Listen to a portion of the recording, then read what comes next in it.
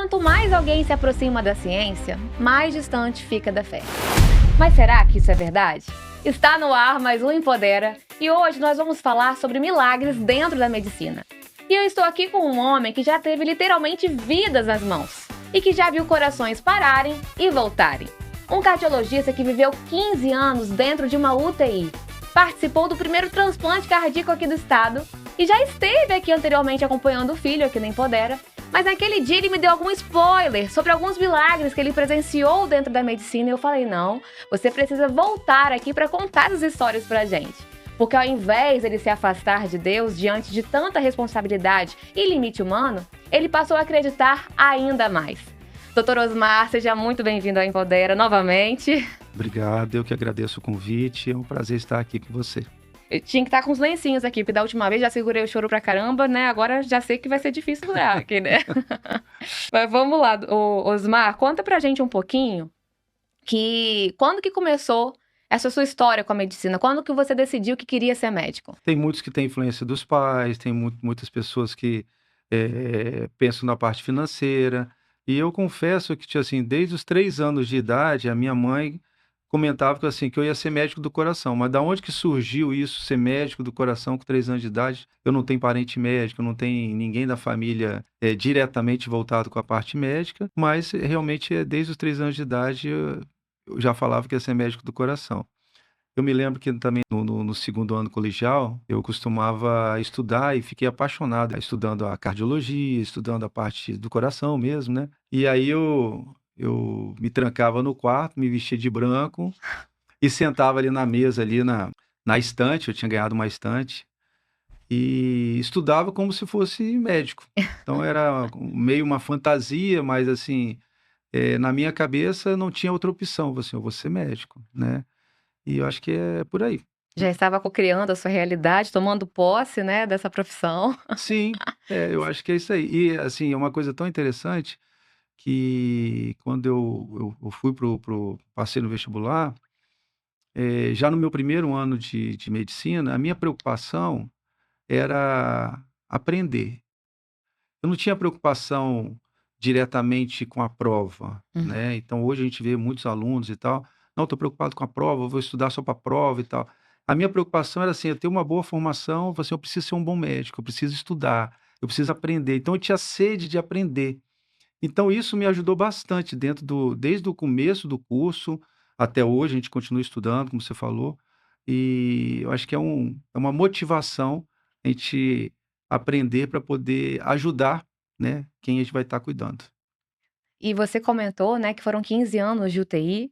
Quando que esse chamado encontra essa realidade da UTI, né? O que mudou dentro de você quando passou a encarar essa UTI de frente? É assim, dentro da formação da cardiologia, né, que é uma das especialidades, assim, que tem um leque muito grande de opções, né, de caminhos a ser tomados, né?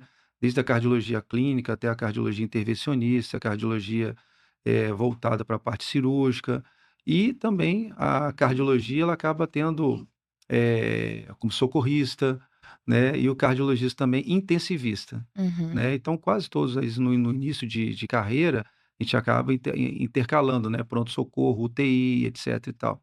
E eu me identifiquei muito com a questão da UTI, assim, era uma adrenalina que realmente eu gostava, né? Então, o fato de você atuar numa PCR, uma parada cardiorrespiratória, esse paciente ele sobreviver, quer dizer, um paciente que estava praticamente morto, ele voltar. Olha. Então, isso é uma adrenalina e é uma emoção muito grande, né?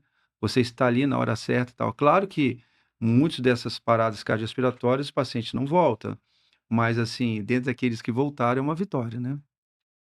E imagino que para vocês médicos, a gente até falou um pouquinho disso quando você veio aqui a primeira vez, deve ser muito difícil também lidar com a perda, né? Porque vocês não são deuses, né? Não é um deus, não é quem dita quem vai viver ou quem vai morrer, mas deve ser muito complicado essa perda. Como é que foi lidar com isso a primeira vez? É, é bem frustrante, é bem traumático, vamos dizer assim, e porque, tipo assim, a gente se forma e tudo, a gente não está preparado para uma perda, né? Seja ela ou por por gravidade da doença mesmo, ou por equipamentos, ou situações que isso venha a acontecer. Mas, dentro da medicina, teoricamente, não se prepara para isso, né. Você se prepara para tratar a doença, você não se prepara para você ter, o seu apoio psicológico frente a uma perda e tal. Então a religião, ela te dá esse conforto muito grande, até mesmo de saber o seguinte: "Olha, Deus existe, e quem decide sobre a vida e a morte é Deus. Pode fazer tudo certo, mas se Deus chegou a hora daquela pessoa, essa pessoa vai embora", né. Posso contar uns causos aqui? Pode. Falar igual os mineiros, causos. O que que acontece? Eu me lembro também teve um caso interessante, que a mamãe, né, ela tem tinha uma filha, ela síndrome de Down, a trissomia 21, e ela teve problema cardíaco. Normalmente essas crianças, quase a metade dessas crianças vêm com problemas cardíacos congênitos e problemas, graves, né. O mais comum é a comunicação interventricular ou então a tetralogia de Fallot. Mas, essa criança adulta, vamos dizer assim, ela teve que operar o coração, né, então ela inclusive eu estava até na Santa Casa, a gente indicou para ela operar, e ela operou o coração, trocou a válvula, e acompanhamos ela, é muito carinhosa e tal, então criamos uma amizade muito grande entre ela e a mãe. Só que, se eu não me engano, acho que 2 anos após ou 3 anos, ela evoluiu com uma infecção na válvula, né, uma endocardite, e teve que fazer nova cirurgia, retirar a válvula, só que ela estava muito mal, e a endocardite, a mortalidade também é alta, e ela veio a falecer, Nossa. né, com 20, acho que 28 anos, poucos anos, acho que não tinha 30 anos, né. E aí essa mãe, ela vem depois do que ela tinha falecido. Ela vai lá no ambulatório com a camisa da da criança adulta dela, com estampada, né, e querendo falar comigo, tipo assim, me agradecer e lamentar a morte da que como se eu não estava lá no dia, eu não estava isso daí que eu não sou cirurgião, sou cardiologista. Hum. E aí, tal, eu abracei ela e tudo, e eu falei bem assim: "É triste, né, toda essa situação". "É, eu não estava preparada, toda essa situação".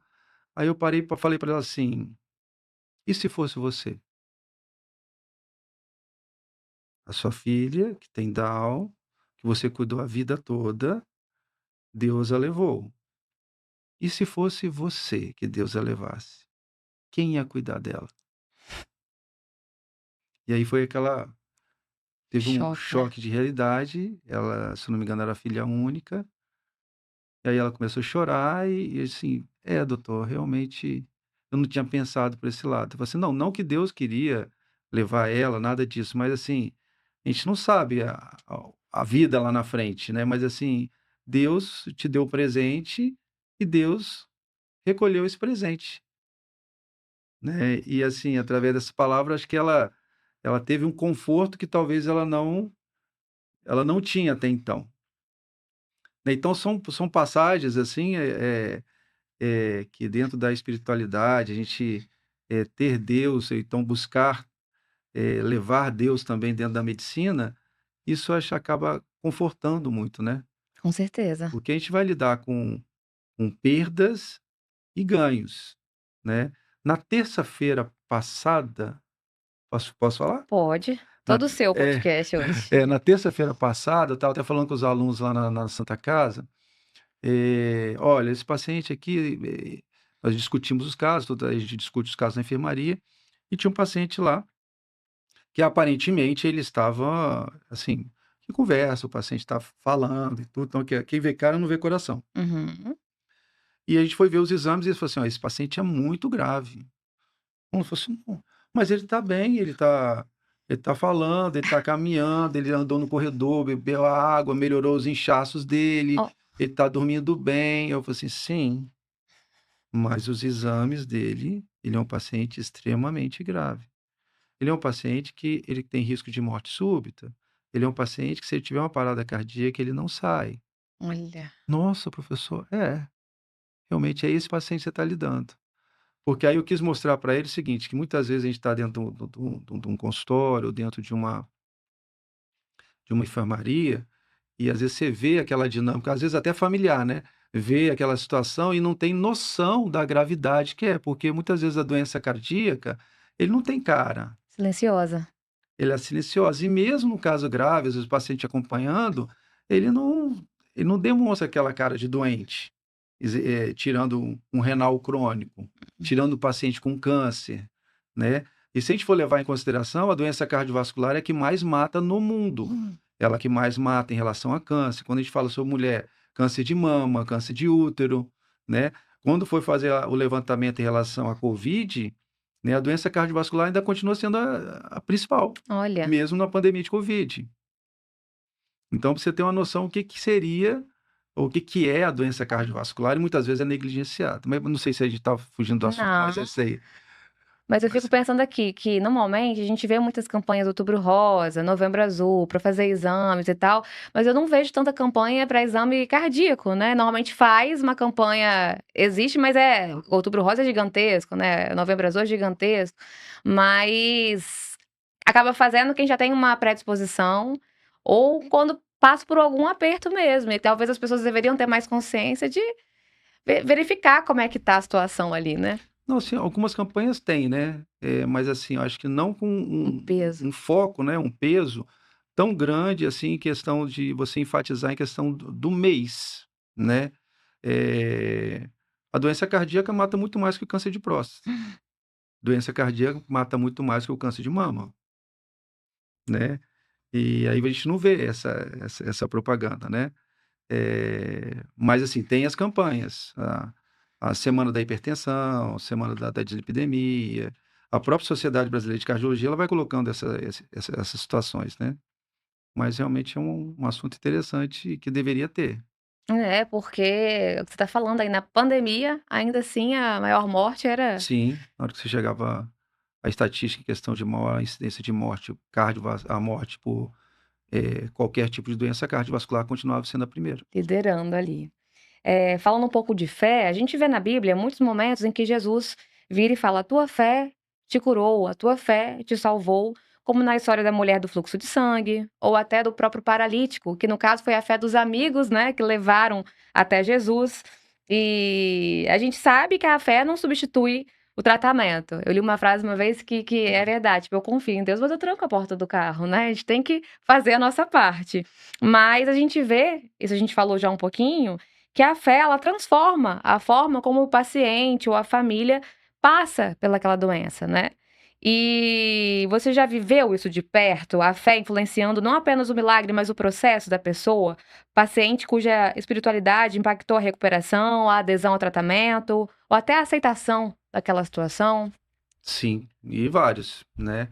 Eh, Hoje, dentro dos congressos de medicina, fala sobre espiritualidade. Mas a espiritualidade no sentido de, não em questão de religião, mas a espiritualidade em que o paciente ele tem que estar bem de espírito, né? Até mesmo para ele receber a questão dos procedimentos, né? Então já tem estudos mostrando, se o paciente ele vai para um procedimento cirúrgico depressivo, revoltado e tal, a possibilidade de sucesso ele passa a ser menor. É. O próprio exemplo do Rony, né, que seu filho, que foi para cirurgia É, empolgado, com a fé que ia sair de lá e encontrar com o Carlos Alberto. o Rony foi uma coisa assim totalmente fora da curva, né? Além assim, a gente, como eu estava falando assim, nós tivemos muita oração, rezamos, Papai do Céu mostrou para nós que o milagre ia ser na nossa casa e além de rezar muito o terço, né? É. A gente foi naquele momento em que Deus ele deu um refrigério no meio de tanta dor, né? Porque quando o Carlos Alberto realmente ele apareceu lá e tudo, ele mudou o foco do Rony, né? Não o meu foco, não o foco da minha esposa, mas o foco do Rony realmente ele foi para uma alegria, assim, que parecia que ele não tinha doença. A gente só sabia, assim, olha, ele tá com a doença mesmo porque fisicamente não tinha como você abster-se disso, mas assim, foi realmente, como eu acho que eu até falei, foi um anestésico para o Rony, foi Foi. um uma situação muito legal. E assim, aquele paciente que ele tem o apoio da família, ele tem ele está bem resolvido, né? Então, assim, ele vai com uma dinâmica diferente, né? Aquele paciente que tem fé, aquele paciente que acredita em Deus, né? E como a gente estava até lendo um pouquinho antes, o Eclesiástico que fala, né? Porque Deus colocou um médico para honrar um médico, que Deus dará a bênção através do médico, Eclesiásticos 38, quem quiser ler, né? Então, assim, honrar o teu médico, né? Porque Deus também vai fazer um milagre através das pessoas que ele coloca aqui, né? Então, muitas vezes ele vai ungir aquele médico para que ele dê uma palavra de conforto, aquele médico que vai tomar uma decisão, aquele médico que vai decidir sobre um processo cirúrgico, aquele médico que vai decidir sobre uma internação, né? Então, isso é muito legal. Então, porque Deus age também, né? É. E que bom que também que às vezes ele coloca pacientes na vida dos médicos, que faz aquele médico acreditar em Deus também, de certa forma. Que às vezes ele tão apegado ali na ciência, na razão, quando ele se depara com um milagre, ele fala: "Isso aqui não tem como nem explicar". Então, às vezes, isso também acontece pelo efeito reverso. Que eu fico pensando assim, eu até brinquei isso com você. Você que tem um poder, dependendo da cirurgia, hoje eu sei que tem muita coisa a laser, mas de literalmente pegar um coração na mão. Você pode chegar e falar assim: "Não vou botar no lugar". E aí, como é que Deus vai fazer? E ainda assim você acredita em Deus. Então eu imagino que dentro da UTI, principalmente, e nesses ambientes, você já viveu milagres que te ajudaram a ver, cara, eu não sou Deus, né? Quem sou eu para ditar o tempo de alguém aqui? Claro que tem as estatísticas, a gravidade, né, da doença, mas só Deus pode dar a palavra final, né? Então, se tem algum milagre, assim, o mais impressionante de todos que você presenciou? Acho que eu vou escrever um livro. Ah, eu quero ler. Eu vou escrever um livro que tem muitas histórias. E uma delas, que você estava falando agora de UTI, eu não falei para você. Olha, Isso daqui não teve spoiler antes. Eu estava no meu primeiro ano da residência na UTI da Beneficência Portuguesa, e lá é uma UTI de 80 leitos. A UTI que eu estava lá tinha mais ou menos 20 leitos. A minha equipe cirúrgica era o Dr. João Bosco de Oliveira, né, que foi aluno do Dr. Zerbini, e daí todos os discípulos formaram-se as equipes. Era uma equipe mediana, mas assim, mediana em termo. A gente tinha mais ou menos de 4 a 6 cirurgias cardíacas por dia, né? Então assim, era bem corrido na UTI, muito pós-operatório e tal. Eh, e aí eu estava de noite lá na UTI, lotada a UTI, um montão de paciente grave, alguns pacientes já tinham chegado da cirurgia, e mais ou menos umas 11 ho isso daí foi em 1996. misericórdia, eu era um bebê. É, 1996. O que que acontece? Aí nós estamos lá e eu estou na UTI como residente, R1, né, residente cardio. E aí, de repente, chega o padre lá o capelão lá da Beneficência Portuguesa, com um padre novo, de quase 2 metros de altura. E tipo assim: "Nós viemos aqui para ver a UTI e ver quais são os pacientes que estão grave aqui e tal". Não era o padre Marcelo, não? Era o padre Marcelo. Era o padre Marcelo Rossi. Ah. E aí ele chegou lá, foi 11h, 11h30 falou assim: "Ué, o que você tá fazendo negócio aqui?". Naquela época começou as músicas lá da Erguei As as mãos mãos. e dai glória a Deus, amava. Exatamente. E aí ele chegou lá 11 e pouco da noite, eu não tinha falado isso pra você. Ó, Ele chegou 11 e pouco da noite, aí eu que estava na UTI, nessa UTI que aí vai alguns lanchar e tal, aí sempre fica 2 e 3 lá de sobreaviso e tal. A gente não podia sair de perto dos doentes, principalmente os pacientes pós-operatório.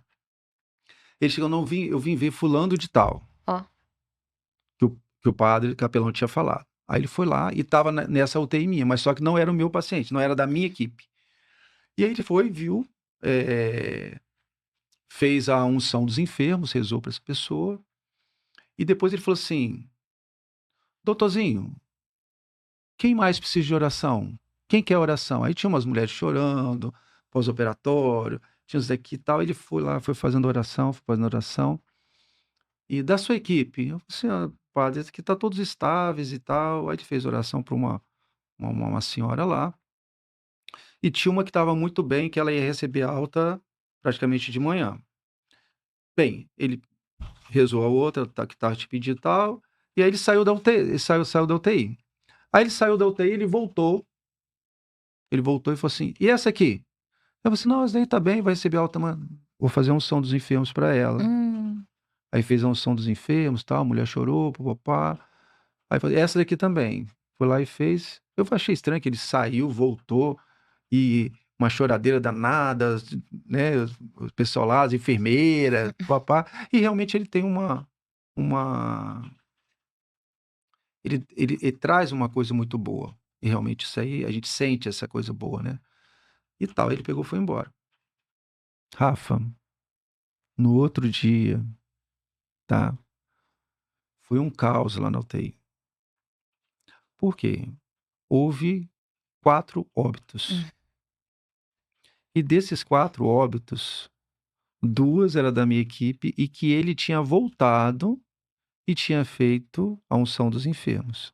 Que teoricamente ele falou assim: "Não, não pediu para fazer", ele falou assim: "Não, eu vou fazer nessa daqui e nessa Hum. daqui a unção dos enfermos. Pode fazer, doutorzinho? Pode fazer." Eu falei: "Doutorzinho, pode, não, se o senhor está falando, pode fazer."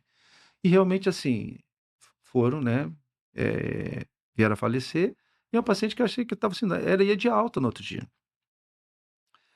Então, eu entendi ali, Deus encaminhou ele lá para que essas pacientes recebessem a graça de Deus antes da sua morte, Caramba. né. E assim, então assim, é uma coisa de arrepiar, mas assim, eh, Deus ungiu ele lá, que ele foi para aquela situação. E outra coisa também interessante lá, agora pode falar, já tem, já passei dessa época da residência e tal, pá. De domingo, às vezes, o que que eu fazia? O capelão lá, né, ele não tinha ninguém para tocar na missa lá, né. Ele falou assim: "Não, mas tem ninguém para tocar na missa." Eu falei assim: "Mas padre, tem domingo que eu tô aqui", porque eu precisava trabalhar também lá, ou então dar mais plantões para poder folgar e ter o plantão fora para poder me bancar, né, nessa situação. Aí ele falou assim: "Não, não, no dia do domingo, na hora da missa, você desce." Não tinha ninguém para tocar violão. Aí eu tocava lá dava plantão, aí no intervalo eu estava de plantão, né. Aí pedia para outro residente ficar no meu lugar, que eu não podia deixar sozinho. Aí ele vinha, o residente, às vezes a gente fazia o seguinte: alguns residentes ia jantar no hospital, pra gente não gastar dinheiro, né. Eu falei assim: "Cara, você vem jantar, aí você fica aqui pelo menos 40 minutos para eu poder ir lá tocar." Aí, teoricamente, eu fugia do plantão, ia lá, tocava e ficava outro residente lá, aí fazia a missa e depois voltava para lá, Nossa. entendeu. Então assim, acho que você está falando, eu sempre busquei, eh ter, né, esse contato com o Papai do Céu, e sempre, levei a medicina, eh, como vocação. Eu entendo que a medicina é uma vocação. Eu entendo que a medicina, tecnicamente, a gente tem que se preparar. Isso aí, todo médico tem que se preparar. Mas dentro da medicina, o que que tem que fazer? O dinheiro tem que ser consequência, ele não pode ser, a minha primeira bandeira. Ele tem que ser consequência. Eu tenho que pensar no que eu vou cuidar, eu tenho que pensar no meu paciente, eu tenho que ser melhor para o meu paciente. Eu não tenho que ser melhor do que eu tenho que ser melhor do que o outro cardiologista que não. Não, eu tenho que ser melhor para o meu paciente. Se eu for melhor para o meu paciente, eu vou fazer a missão que Deus me colocou. Desde os 3 anos de idade. Exatamente, exatamente. E você comentando, assim, sobre o padre Marcelo, sobre essa questão dele ter ido, feito a unção dos enfermos e no outro dia as pessoas terem falecido, muita gente vai: "Uai, mas que milagre?" É porque a gente acha que o milagre é só a cura, mas não é isso. Não, Tem muita coisa que é milagre. Às vezes a pessoa teve uma conversão antes da morte, a gente como católico tem que a gente acredita muito nisso, né, na vida eterna, então que bom que esse padre se sentiu tocado por Deus para ir lá, que quem sabe foi nesse momento que essa pessoa se converteu, recebeu essa sim, oração, isso também é um milagre, né, o milagre de aceitar a morte também, que talvez o que estava faltando para ela ali naquele momento, era entender que estava na hora mesmo, né? E, enfim, que o milagre não é só necessariamente a pessoa sair do hospital curada da doença. E o inverso também acontece. O inverso também acontece. Isso aí eu não vou falar nomes, né, mas ele é até amigo, nosso, tudo, inclusive, ele fez até crisma com a minha esposa, né, e ele teve uma obstrução intestinal, ele foi para o hospital muito grave, né, aí quando ele estava no centro cirúrgico, a irmã dele ligou para mim, aí eu fui ver ele lá no centro cirúrgico. Aham. Aí estava lá deitado, antes de receber anestesia e tal, muita dor e tal. Aí ele falou assim: "Ah, doutor Osmar", ele falou assim: "Ó, fica tranquilo, que eu vou estar rezando para você e vai dar tudo certo. Você vai dar tudo certo. Você chegou no momento certo. Não, tô com muita dor, tô com medo. Não, fica tranquilo que eu vou estar rezando por você". Que era o que eu podia fazer, não era eu que ia operar, Uhum. né. E aí tá. Aí ele operou, depois disso teve infecção, ficou grave, sepsemia, teve que ser entubado, entre a vida e a morte, né. Aí, o que que eu fiz? Chamei um padre, dentro da medicina não tinha mais o que fazer. Chamei um padre, foi até o padre, pode falar o nome, né, o Pode. padre pode falar, o paciente não. Eu adoro uma fofoca, vou falar. O padre Marcelo Salesiano, e eu fui lá, conversei com ele foi lá: "Não, não, eu vou lá, tal". E aí ele foi lá, praticamente ele fez fez a unção dos enfermos, mas ele fez, assim, quase uma missa, ele fez uma oração, ele ungiu ele e tal. E ele falou assim: "Fizemos o que tinha que fazer, agora é Deus que toma a decisão. Os médicos já estão fazendo tudo que tem que fazer, ele recebeu a unção dos enfermos e agora é Deus que vai agir. Deus que decide, né, não somos nós que decidimos". Saiu do hospital, foi recuperando, recuperando, tá em casa, não morreu. Olha só, não era a hora. E aí eu acredito nessa unção, acredito que Deus agiu através do sacramento, entendeu? E foi, através das aí vem aqui através das nossas orações e tudo, Deus postergou, eu acredito nisso, Sim, ele postergou a vida dele, né, porque Deus é um Deus amoroso, um Deus bondoso, misericordioso. Então se a gente o evangelho, eh foi esse evangelho domingo, né, mesmo, o que que a gente pedir e tal, pá-pá-pá, a Deus, se a gente pedir com fé, Deus vai atender. vai atender, né. Se nós que somos maus sabemos dar coisas boas aos nossos filhos, imagine o Deus que é o nosso pai. É, Então, assim, ele acredito que ele postergou a vida dele, né. Então isso aí foi é. mais um milagre que eu presenciei. Eu li um livro uma vez, eu não vou lembrar o nome agora, que conta a história de uma mulher que ela entrou em coma. E Deus revelou a ela que um dos motivos dela ter se curado foi um cara em outro país que ficou sabendo da história dela, que estava orando por ela, né, que se sensibilizou e estava ali orando fielmente por ela. Então a oração move montanhas mesmo, né, então quanto mais a gente se unir e orar, realmente a gente não tem noção da proporção que se pode, acontecer e gerar. Então às vezes, eu sei que tem hora que a pessoa tem que falecer, porque tá na hora dela mesmo e só Deus para dizer, mas que as pessoas também se sintam tocadas por orar pelas outras, né? Quando a gente ora por quem tá no hospital, ou quando sente, vê alguma coisa na televisão, uma matéria, pensar, vou orar por essa família hoje, vou entregar essas pessoas que eu tô vendo aqui. Às vezes já vê uma perda, um acidente, orar por família dessa pessoa que morreu aqui. Então a oração é realmente muito poderosa, ainda mais, né? Totalmente verdadeira, e quando a gente sente a dor do outro. E também existe aquela situação, né, é o fato de nós estarmos orando para o próximo, né, isso também irá diminuir o nosso tempo do purgatório, Olha, o né. nosso eu não sabia não. É assim, porque na verdade, assim, quando você reza o terço, você reza para o Papa, você reza, então, assim, essas orações, ela orar para os defuntos, né, para que eles alcancem a eternidade. Então isso daí é como se fosse uma caridade que você está fazendo, e isso daí faz com que você diminua o seu tempo, se a gente não for direto para o céu, né, pelo menos tem um purgatório para a gente poder ainda, eh Tentar, né? saber não, o purgatório a gente já sabe que a gente vai para a salvação É, eterna, né, é apenas purificação.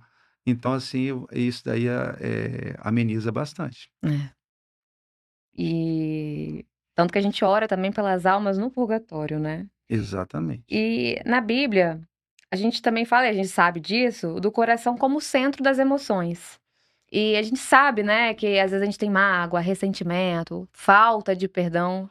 Que eu sei que as doenças acontecem porque a pessoa não está se alimentando bem, eu já tenho uma predisposição para sentir aquilo, mas você, como médico católico, um médico, você acha que de fato isso impacta?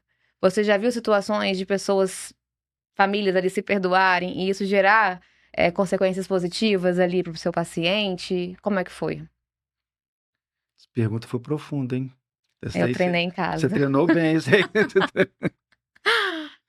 É, eu vou começar respondendo de outra forma, Fique à se você vontade. me permitir. Eu faço eco fetal, então assim, a gente vê o seguinte, o coração, quando a Bíblia, você tocou na Bíblia e tal, então toda vez quando fala sobre sentimento, a Bíblia fala sobre o coração. É, e assim, aonde está o seu coração, ali está o seu Tesouro. tesouro, né? E toda vez como homens duros de coração transformam o seu coração de pedra em coração de carne, e várias passagens bíblicas que falam sobre coração.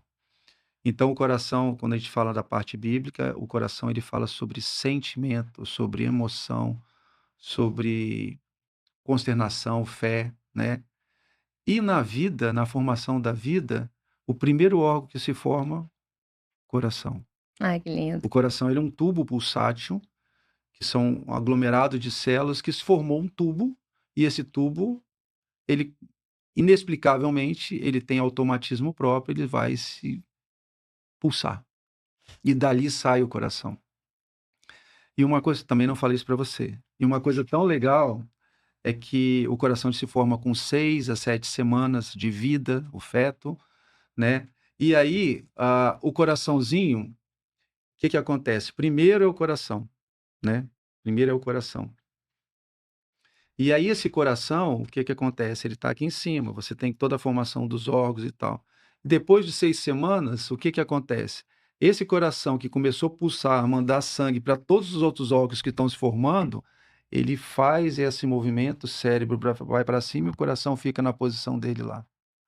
Então, quer dizer, a formação nossa, né, quando a gente pega a analogia que é Deus que nos escolheu, antes mesmo de nós nascermos, Deus colocou o nosso nome, Deus nos escolheu, Deus sabe isso aqui, o coração primeiro. Então, Deus formou o nosso sentimento primeiro, a nossa vida pulsátil primeiro. Antes do nosso pensar, quem pensou por nós foi Deus. Olha, gente. Isso é bonito, né? Lindo. Então, uma criança é o coração. Então, essa daí é muito bonita quando a gente estuda a parte fetal também, é outra parte da minha especialização. E assim, estou apaixonado por isso. E o coração se forma com 6 semanas e é o coração o começo de tudo. O primeiro órgão, o começo de tudo é o coração. Tanto é que vou ver se o bebezinho está lá. Está pulsando, está vivo. Não, tem a casinha, mas não está pulsando. Epa, não tem. Tem a casinha e está pulsando, nem viu o que, que é ainda, mas está pulsando, está vivo, é o coração. Então, tem uma analogia muito bonita sobre isso. E, pegando esse gancho, o que, que você me perguntou, quando a gente fala sobre a parte emocional, né, isso afeta bastante, né? Tanto do lado positivo, que assim, isso é muito legal, né? Você vê também que a partir do momento que a gente fala coisas boas, positivas, evitar de xingar, falar palavrão, evitar de amaldiçoar as coisas.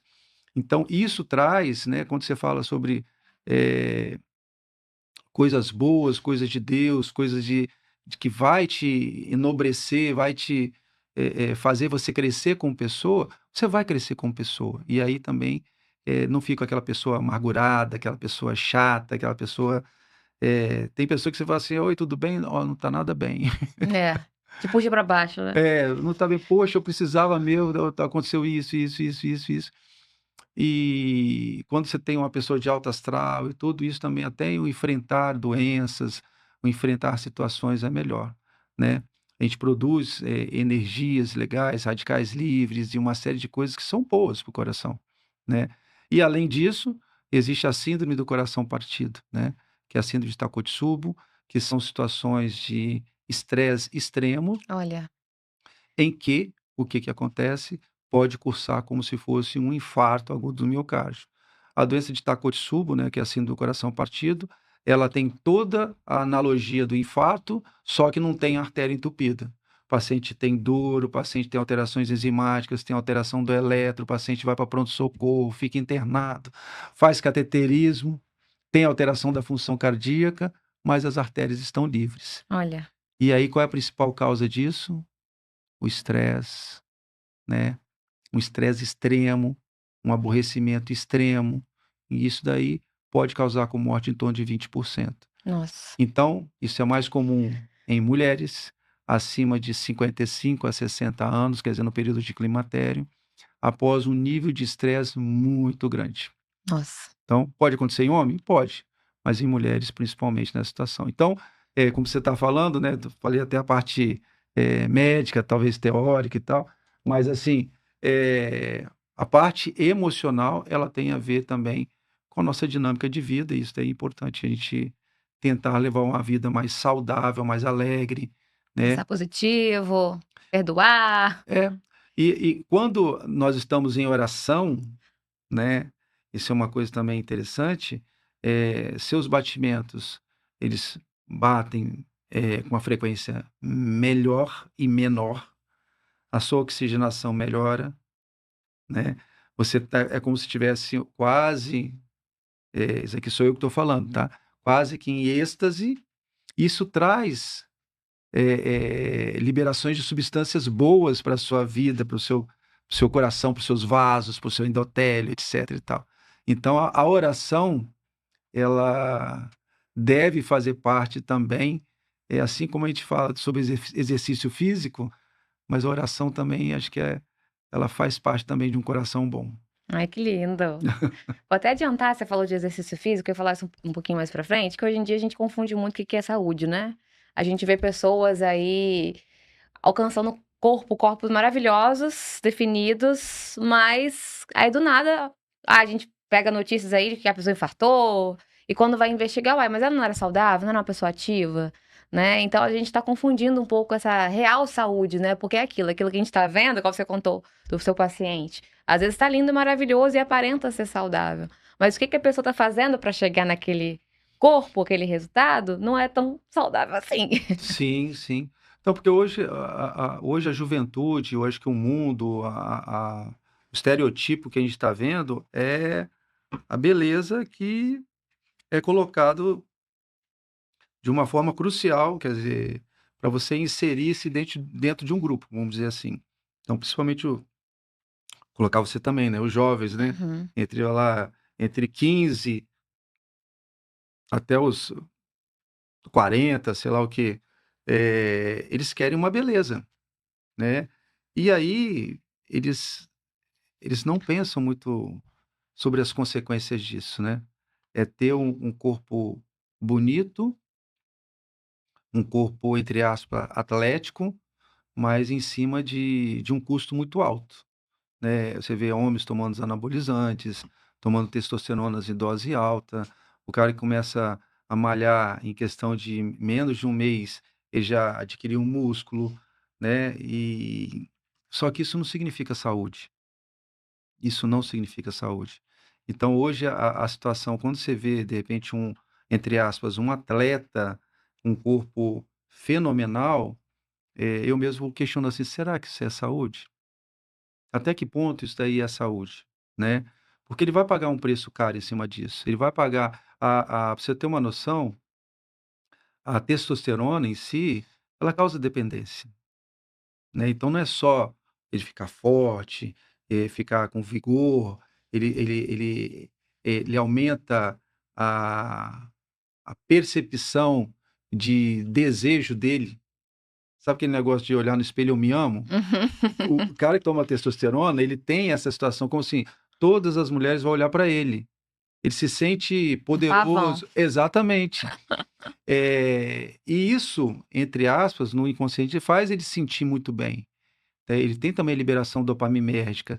Então ele tem uma dependência, além de aumentar o vigor físico, o vigor sexual, a beleza do corpo dele, a sensação de bem-estar, a sensação de poderoso, entendeu? Isso causa uma dependência. Então, por isso que os caras começam, daqui a pouquinho tá aumentando, aumentando, aumentando, aumentando, aumentando. E eu vou te falar, assim, não sei o percentual, mas muitos deles sem orientação médica. É. Só que isso talvez hoje seja a droga não ilícita, talvez mais utilizada nos jovens atualmente. O que eu percebo muito, a gente estava até falando sobre isso, consumo de energético. A Sim, gente vem escrito no energético para não misturar com bebida alcoólica e as pessoas misturam. O efeito que isso pode causar no coração, isso que eu quero perguntar aqui. O excesso de cafeína, que hoje em dia a gente vive numa sociedade agitada, estressada, tudo para ontem, acelerada, tudo a gente quer acelerar para conseguir ouvir rápido o áudio. A gente vive nesse estado, assim, sempre muito acelerado, a ainda bem mil. que você é tranquila, né? Ainda bem que eu sou super tranquila. Misericórdia. Vou até marcar meu exame lá. E as sequelas disso. E hoje em dia também, outra coisa que eu também quero que você comente, que a gente falou também, dos outros vícios que a gente vê. Eu vejo muito essa questão do energético, da cafeína, dessa dependência tanto de treino, mas quanto para trabalhar, para encarar rotinas. Os próprios médicos, a gente vê muito em filme americano, todo mundo tomando café para aguentar os plantões Sim. ali e tudo mais. As sequelas disso. E também de um outro assunto que é polêmico, né, que a gente vê muito entre os jovens também, é o tal do neossoro.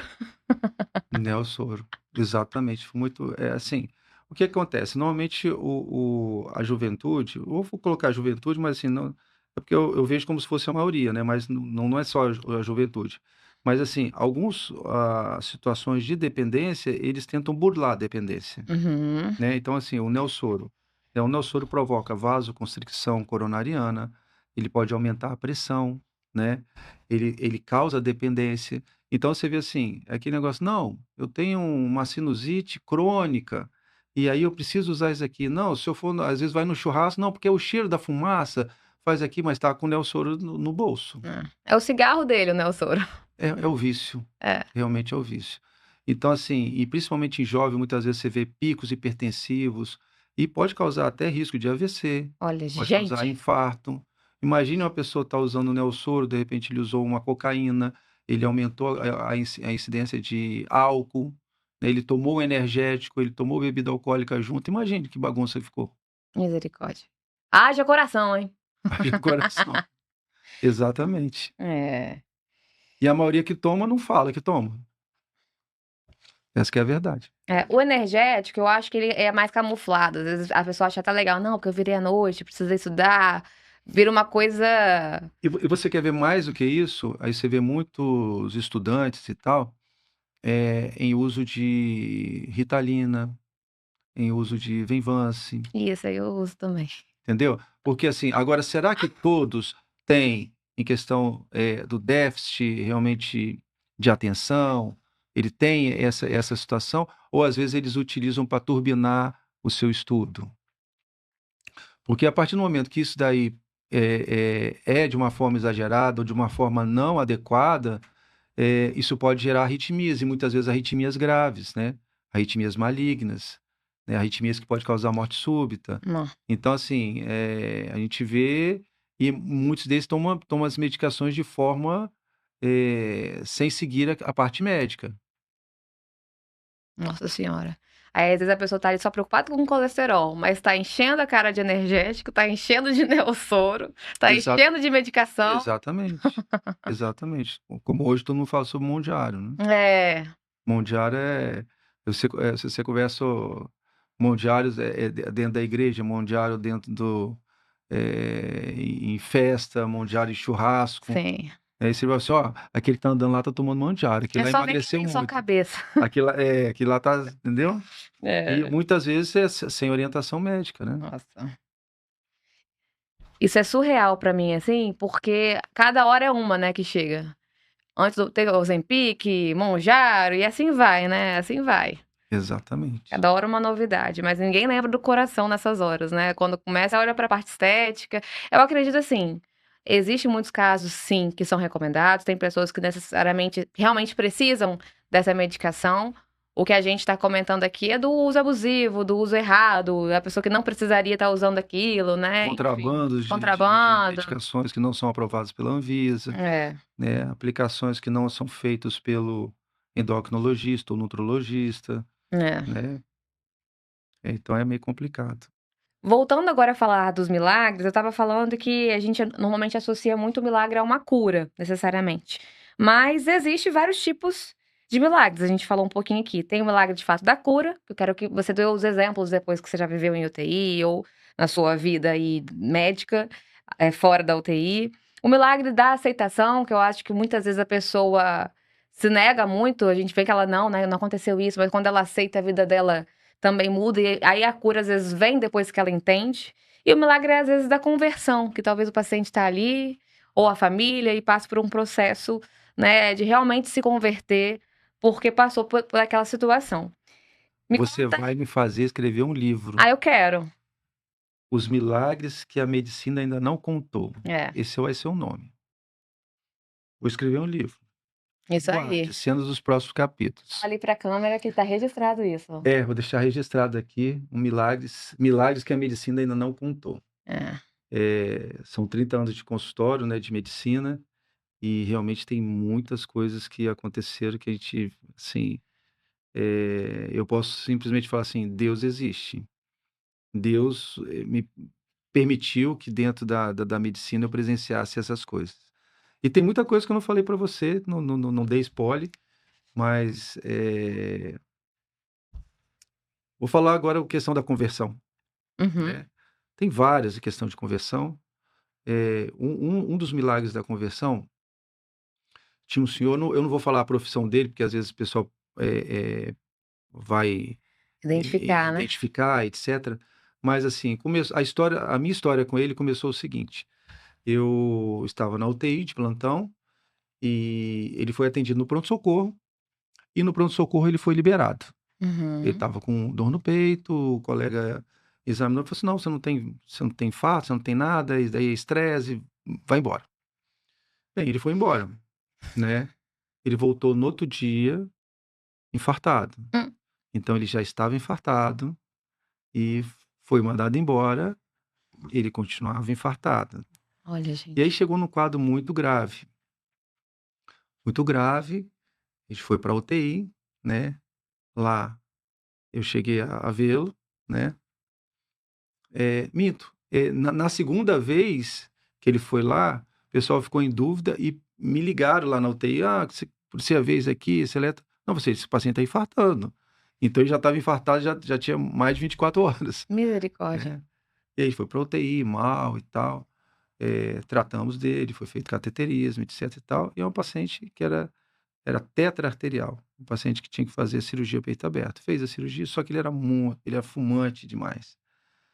Ele fez a cirurgia de peito aberto, e uma coisa que marcou muito é que ele é um cara bem austero, né. Ele tinha um serviço público e ele era bem, eh, tinha um cargo alto e é um cara bem austero.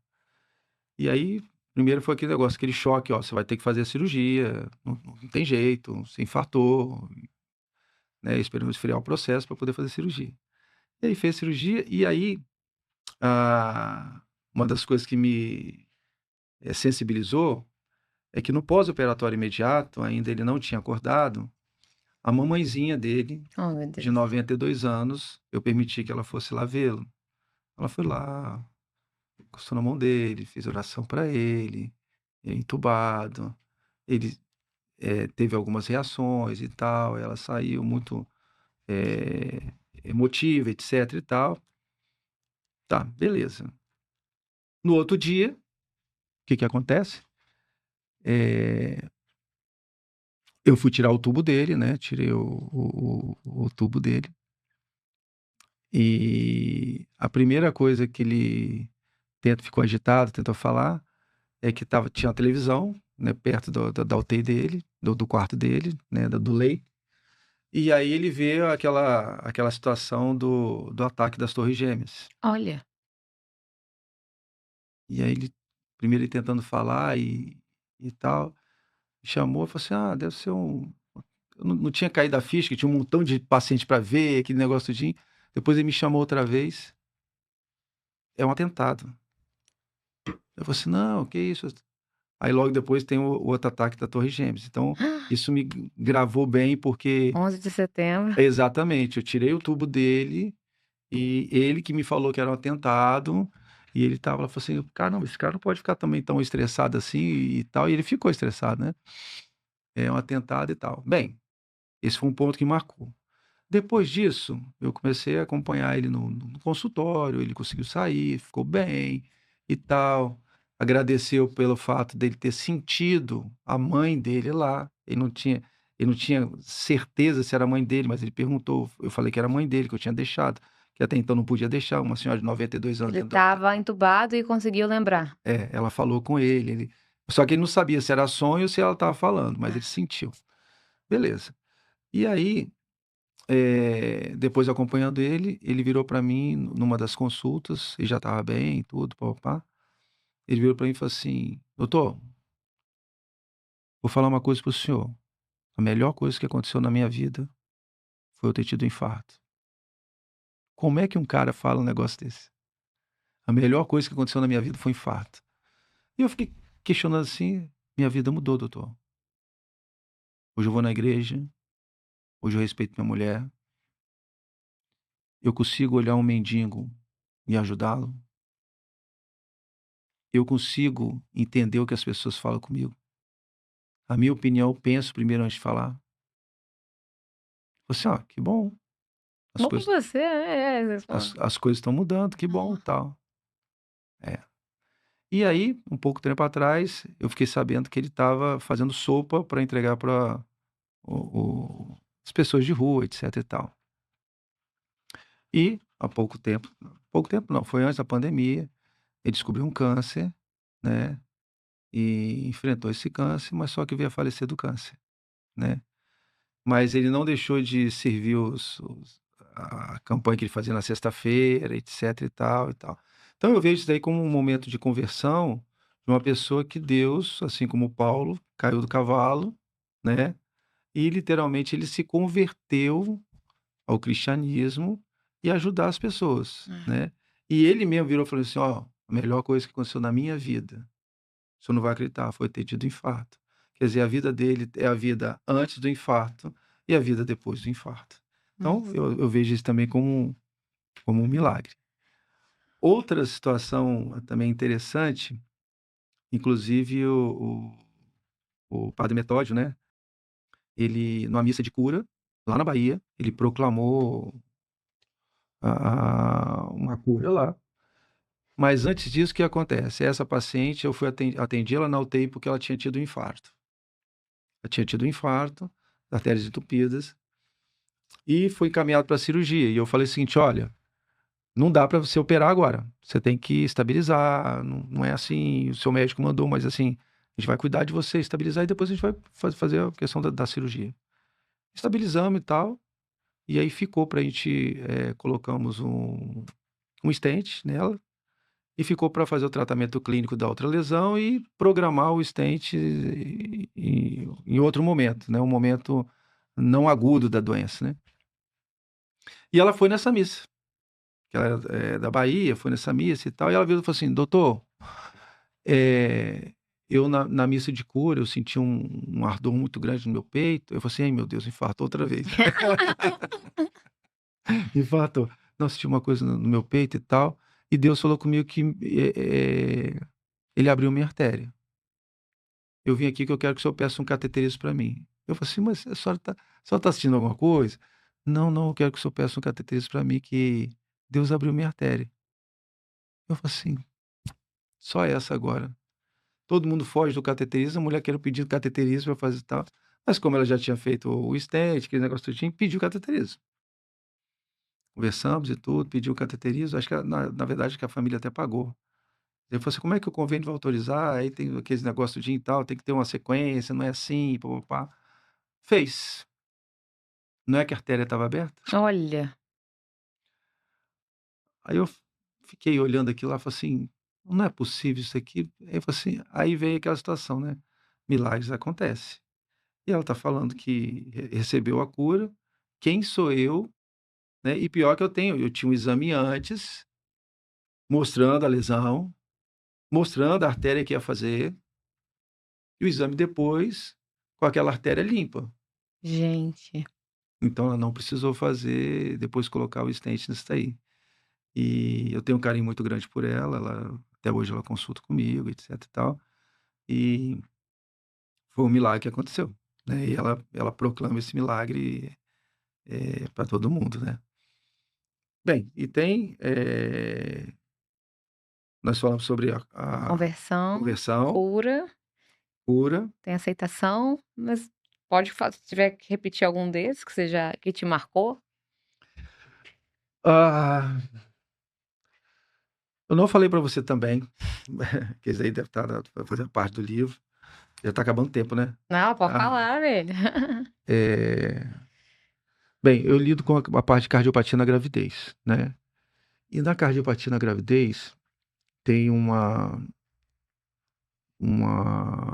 paciente e tal, que ela teve uma pré-eclâmpsia, ela teve uma hipertensão na gravidez, bem grave, já na fase inicial, e infelizmente, né, devido ao pico hipertensivo, ela começou a caminhar para o que a gente chama de síndrome HELP, que são as alterações das funções hepáticas, risco de mortalidade da mãe torna-se muito elevado, né? Então é uma situação que não dá para levar à gestação. E aí foi uma decisão difícil, porque falou assim: olha, vai ter que fazer o parto, né? A gente não trabalha com abortos, né? Uma das coisas muito legais, assim, quando eu fiz a cardiopatia na gravidez, é quando eu fui recebido lá em São Paulo, e que existe abortos terapêuticos, né? E a doutora Valquíria, que foi minha orientadora, agora está com 70 e poucos anos, mas ainda está ativa ainda. Tenho um carinho muito grande por ela. E ela virou e falou assim: olha aqui, Osmar, aqui no INCOR, a gente não faz aborto terapêutico. Eu falei assim: eu estou no lugar certo. Doutora Valquíria, eu estou no lugar certo. E eu vou falar uma coisa para você, Osmar. A maior estatística de hipertensão pulmonar na gravidez no mundo é daqui do INCOR, porque a gente não faz aborto terapêutico. A gente acompanha até o fim a gestação. A gente pode antecipar parto, mas interromper a gravidez, porque como terapêutica de aborto a gente não faz.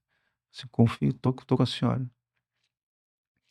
E aí essa mulher, voltando aqui, né?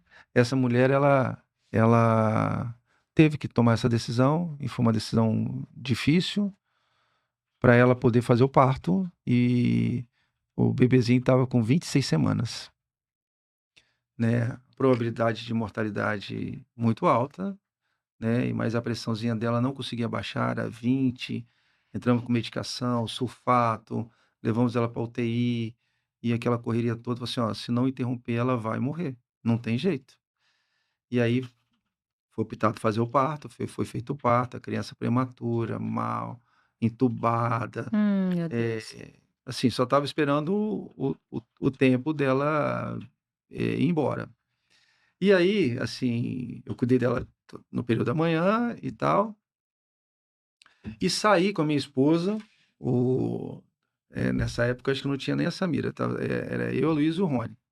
Saímos para dar uma esparecida e tal, papá. E ah, nesse caminho, eu estava perto do hospital. Eu falei assim, falei com a Luiz assim: se você não pode eu passar lá para ver essa.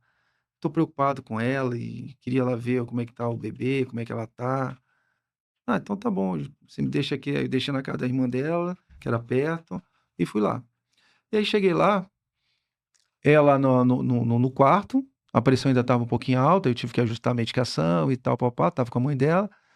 E a mãe dela falou assim: doutor, vai lá ver o bebê, porque eles não estão dando resposta, eles não deixam a gente ver agora de noite, a gente está muito preocupado, o bebê está muito grave. E eu falei assim: não, eu vou lá ver o bebê. Aí quando cheguei lá, estava naquela incubadora, só podia colocar a mão com luva, né? O bebezinho parecendo um ratinho, Oh, meu né? Deus. E ofegante, entubado, né? Aquele sofrimento todo. Aí eu fui conversar com a pediatra virou e falou assim: olha, Osmar, aqui é questão de horas, esse bebê vai morrer. Ai, meu Deus.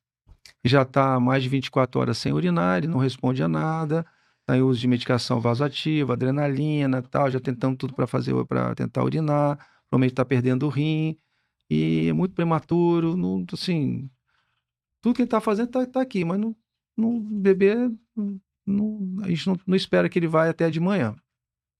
Aí eu volto para lá, o que eu vou falar para a mãe? Misericórdia, eu não ia saber isso nunca.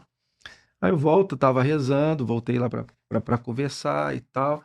E aí eu virei e falei assim: olha, Deus sabe de todas as coisas, né? E assim, ele tá muito grave, ele tem as limitações dele, pulmãozinho prematuro, só que ele não tá urinando, ele não tá respondendo as medicações e tal.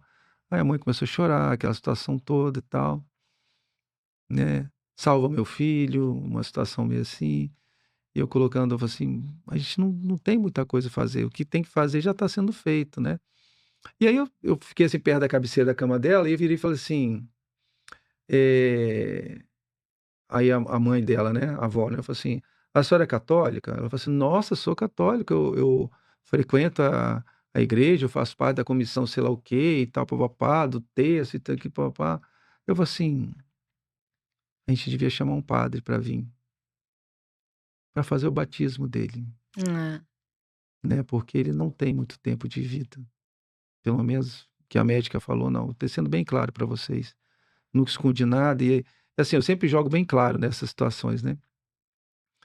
E aí foi, tenta ligar para um padre, tenta ligar para outro, ela tenta ligar para aqui e tal, e eu fiquei assim, como é que eu ajuda, assim. saio, vou embora nessa situação, né.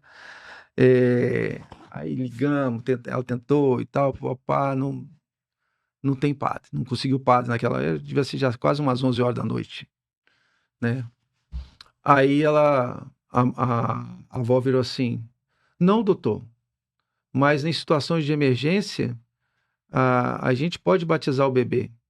O senhor vai batizar o bebê?" Eu falei assim: "Não, mas eu não", falei assim: "Não, o senhor pode ir na UTI, a gente não pode ir na UTI. O senhor pode ir na UTI, o senhor pode batizar o bebê". Eu falei assim: "Meu Deus do céu, o que que é isso? Como é que eu vou fazer isso?" "Não, o senhor pode batizar. Faz isso pra gente, doutor, é a única coisa que a gente tem. A gente não tem mais nada". Aí eu fui lá, pedi a médica grossa comigo. Aí falou assim: "Não, então tá bom, você pode vir". Aí eu falei assim: "Doutora, eu nunca fiz isso, eh, como é que eu vou fazer isso sem a mãe e sem a avó? São as únicas que estão aqui no hospital. E se esse bebê vem falecer aqui, você não vai deixar nem eles verem aqui antes?" Aí ficou aqui: "Não, mas que não pode entrar na UTI", essas coisas assim, mas assim, abre uma exceção, porque nós vamos pelo menos rezar para o bebê e vai batizar o bebê. E o eu vou fazer sozinho e a mãe e a avó não vai? Tá, você se responsabiliza, você sei lá o quê, aí falou um montão de coisa pra mim, mas deixou, né. Aí lá vai eu volto pro quarto, chamo lá a mãe toda, né, tinha acabado de ganhar o neném, as coisas tudinho e tal, chegamos lá para o negócio do bebê. Você não tinha contato com o bebê, né, porque ele tá dentro da incubadora, tem que ser pela luvinha lá, que é Uhum. que é a luva da incubadora e tal. E a água? Tem que batizar com a água. Mas como é que vai fazer a água pra batizar?" Aí a enfermeira: "Não, doutor, tem água estéril que a gente utiliza para colocar nas injeções. Pode ser?" "É água, pode ser". E aí fomos. Aí a mãe, a avó: "Doutor, o senhor está batizando, o senhor tem que fazer uma oração". Aí eu falei assim: nós temos que fazer uma oração". Aí vamos rezar, pedimos o Espírito Santo, rezamos Ave Maria e pedimos a Deus que tivesse aí eu pedi a Deus que tivesse misericórdia daquela criança e que tivesse misericórdia da família e que o Deus Todo-Poderoso, que tem poder de tudo, mas quem sou eu para exigir alguma coisa de Deus? Mas que o Senhor mostrasse naquele momento quem é Deus. Foi essa oração que eu fiz. Nossa.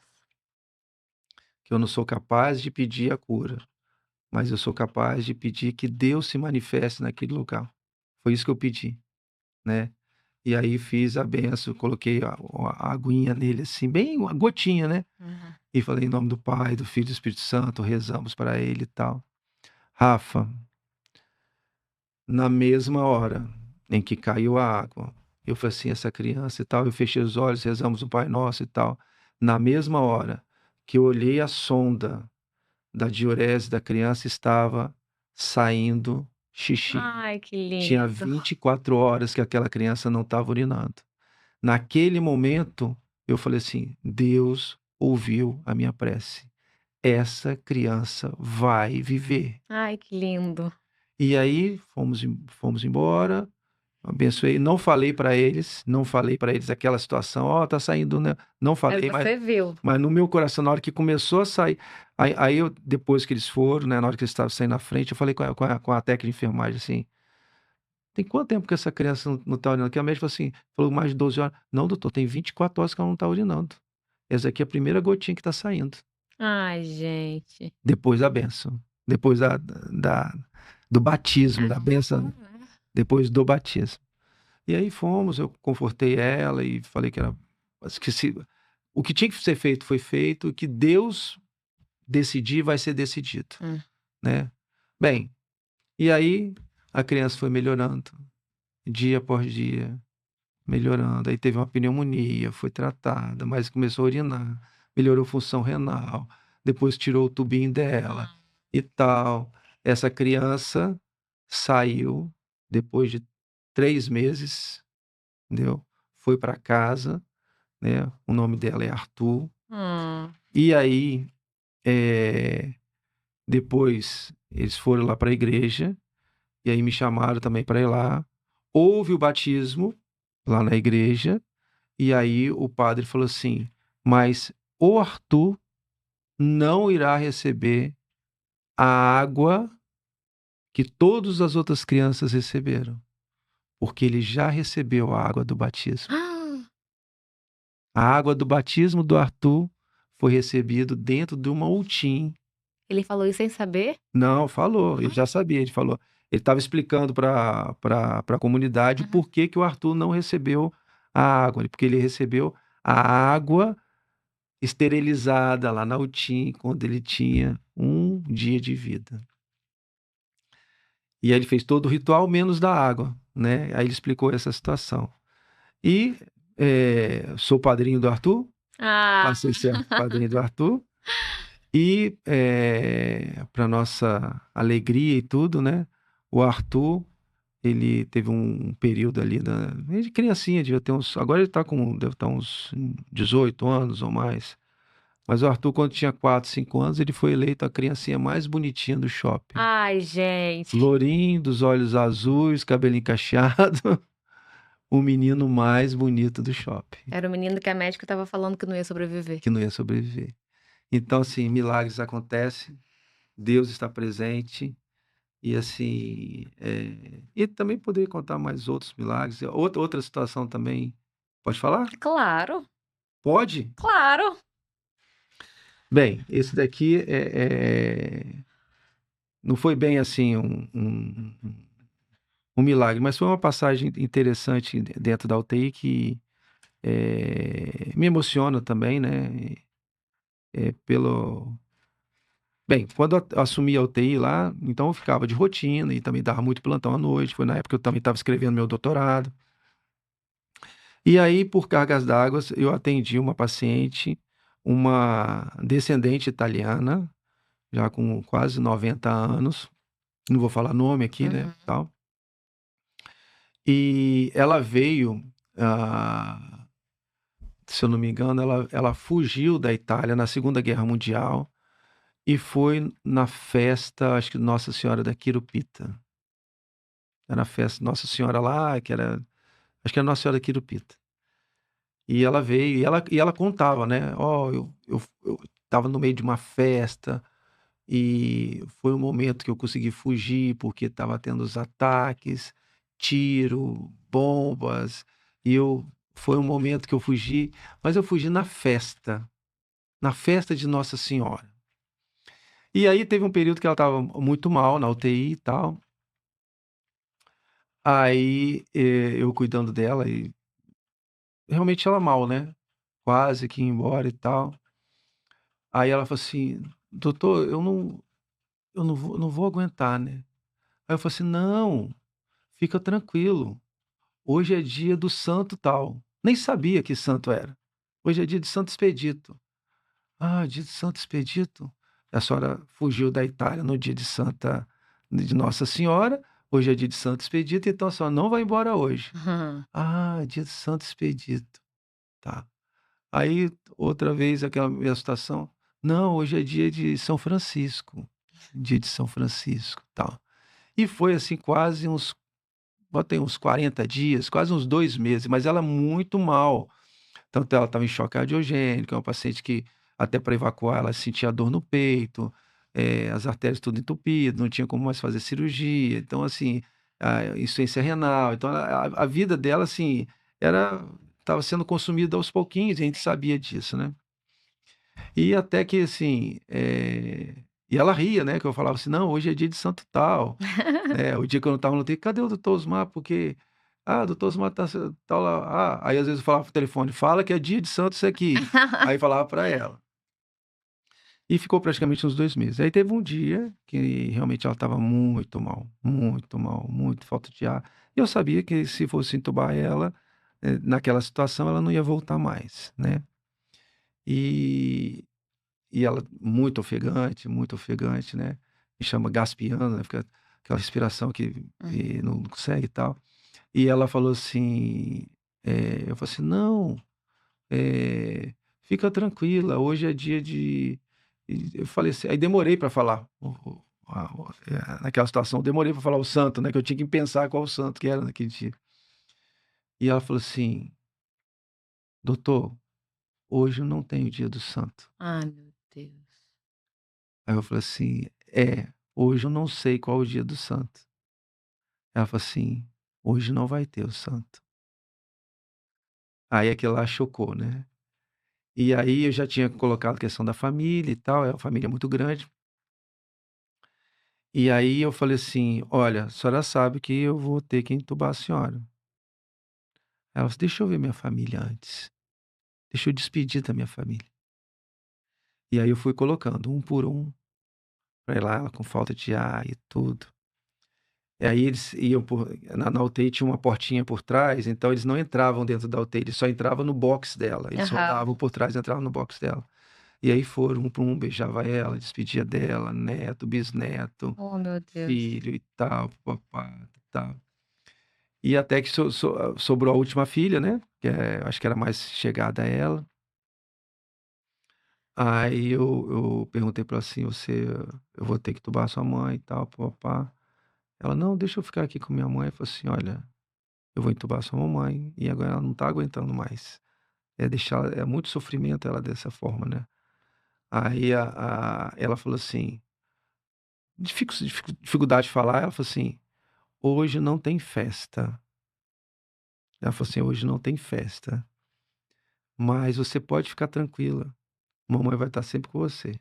Ai, gente. Pode ir, o doutor vai cuidar de mim". Aí ela saiu, eu entubei ela chorando, porque eu sabia que ela não ia voltar mais, e aí entubei, dei o conforto para ela, né, e 2 dias depois ela morreu, Oh, meu Deus. né. Então assim, foi uma amiga talvez que eu tive nesse período, né, tudo pá, e assim, foram momentos assim que a gente, o carinho talvez na UTI de você dar o conforto, porque às vezes a gente não tem, a gente é limitado, como você fala assim: "Ah, mas o médico se sente Deus", assim, quem é o médico dos médicos é Deus, não somos nós, né, A então palavra final é dele, né? e quando a gente coloca nessa limitação, que assim: "Olha, Deus é Deus, eu sou um instrumento. Nós estamos falando aqui, o que está saindo o som é o microfone, está passando som, mas assim, nós vamos falar com microfone ou sem microfone. Então, uma analogia, né, nós somos o microfone perante a Deus, é Deus que fala, não somos nós, né. Então, são momentos assim, difíceis, mas assim, é como assim, cumprimos a missão, demos o conforto, porque dentro da própria, eh, quando a gente faz os juramentos, né, curar. Se você não puder curar, você vai aliviar, né. Se você não puder aliviar, você vai, tentar aliviar a dor, né. Agora, se não puder aliviar a dor, você tentar consolar, é o que a gente pode fazer. É. Então, a medicina ela nos proporciona essas fases, né. E quando a gente acredita em Deus, a gente está com Deus, Ele fala mais, não somos nós. Ele fala mais. Então acho que é isso, acho que talvez a mensagem seria isso daí. Ai, que Mas tem lindo. muito mais mensagens, nossa, tem muita coisa ainda. E você, nesses 15 anos de UTI, você comentou, comigo que você trouxe essa UTI mais humanizada, Ah, sim. poder acho que isso é importante, pelo menos mencionar, porque talvez a sua missão na UTI, porque você contou que depois sentiu que aquilo não era para sempre, foi uma passagem na sua vida, 15 anos, mas foi um período, mas que nesses 15 anos você conseguiu deixar mais humanizado, né, porque é um momento muito delicado. Às vezes tem essa questão médica do cuidado de não entrar alguém ali, mas pensa, a pessoa às vezes fica até pior se ela ficar sozinha ali, sem a família dela, sem ver, sem poder se despedir igual essa senhora fez, né, e essa humanização da UTI, eu queria que você falasse só brevemente alguma. Posso mudar, falar outra coisa? Claro, porque você fez isso pela É. questão da fé, né. E aí eu vou te falar uma coisa, talvez uma das pessoas que me ensinou a ser médico foi minha mãe, Uhum, porque, a gente estava até falando médico de vocação e médico, técnico, né. Precisamos ser técnico para a gente ser um bom médico, a gente precisa ter a vocação, né. Eh, Vou responder a questão da UTI humanizada, depois vou falar da minha mãe. uhum. A UTI humanizada é o objetivo seguinte: quanto sofrimento a pessoa está lá? E aí, então, assim, é claro que o médico está lá técnico, ele está vendo como é que está potássio, como é que está o eletro, como é que está, se o paciente vai para a cirurgia, se não vai, se fez o preparo, se não fez, se tomou medicação, se foi sedado, se não foi, se colocou marca-passo, se colocou catéter de longa duração, etc. Uma série de coisas. Então a cabeça fica a mil. E ele está lidando ali com, às vezes, com 8 doentes, 15 doentes, às vezes é uma UTI superlotada, entendeu? Então ele está se tiver uma parada cardíaca, então para tudo que tem que fazer. Uhum. E muitas vezes acaba deixando a humanidade fora. Porque imagine, uma pessoa que está indo lá visitar um parente. Essa pessoa está o bagaço. Essa pessoa está sofrendo. Essa pessoa, o parente não está na casa dela. Imagine um esposo, imagine um filho, né? Aí você está lá esperando para ser atendido, para receber notícia. E o cara fala assim: espera aí, senta lá. Não, agora não posso falar não. Nossa, que dor, É muito difícil, eu já vivi isso. que dor, entendeu? Então, assim, teria que tratar assim: olha, a senhora senta aqui, guarda um momento, vamos ver se pode a senhora ir lá para ver. Então, assim, tem que ter um mínimo de. Se, Empatia. se não é uma coisa espontânea, que treine para ser, entendeu? Então, isso me incomodava bastante. E a outra situação é aqueles pacientes que já estão praticamente, não tá, está na UTI, mas ele não é um paciente tão grave, ele não está entubado, ele não está necessitando de drogas vasoativas, por que não está o parente lá acompanhando? Dando conforto, né, dando aquele, né, porque uma pessoa falecer numa UTI, imagina, você sozinho de tudo, sem seu parente, num lugar frio, num lugar que você não conhece ninguém, muitas vezes num lugar que você está despido, um lugar que você, eh, quer fazer suas necessidades fazendo as fraldas, a pessoa tem que trocar sua fralda. Então, assim, é muito assim, se não tiver essa humanidade, esse carinho, é muito sofrimento. Pudor, né, é muito sofrimento. Ou vai tirar sangue, não fala que vai tirar sangue, você tá lá deitado, lá dormindo, pum, enfia uma Ai, agulha, gostaria nunca pra ser médica. entendeu? Ah, tá lá, tem que passar uma sonda, vai lá, passa uma sonda na uretra. Então, assim, então, assim, é aquele negócio, tem que treinar, tem que falar com o paciente: "Olha, eu vou te dar um banho. Olha, eu sou fulano de tal". "Ah, mas o paciente está em coma". Fala, porque você não sabe se ele está te escutando. Você sabe que ele não está te respondendo, mas você não sabe se ele está te escutando. Então, isso eu falava direto, sei lá. Então, essa humanização, eu acredito que hoje muitas coisas também melhoraram no que era antigamente, né? E deve ser lutado por isso, né? Porque, assim, não só para o paciente que está lá, mas também dos familiares que estão sofrendo em cima disso. Aí vem uma situação que eu vou falar da minha mãe. E eu sempre fui muito ligado com minha mãe em todas as situações, né? E aí fui para a medicina, ela foi uma das pessoas que me incentivaram muito essa situação. Eh, Tinha orgulho, né? Claro, estava estudando, papapá.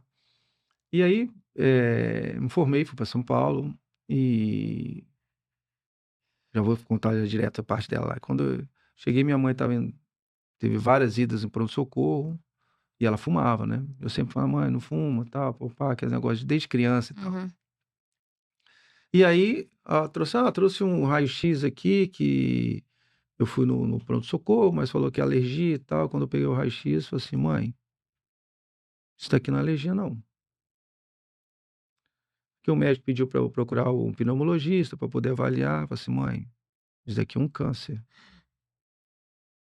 Falei na lata, isso daqui é um câncer.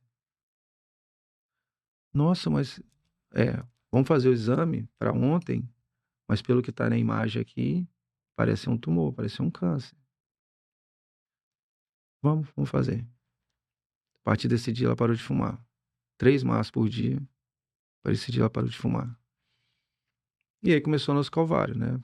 Porque fez o diagnóstico, era um câncer de pulmão. Aí fomos acompanhar. Eu fiz o risco cirúrgico dela, né?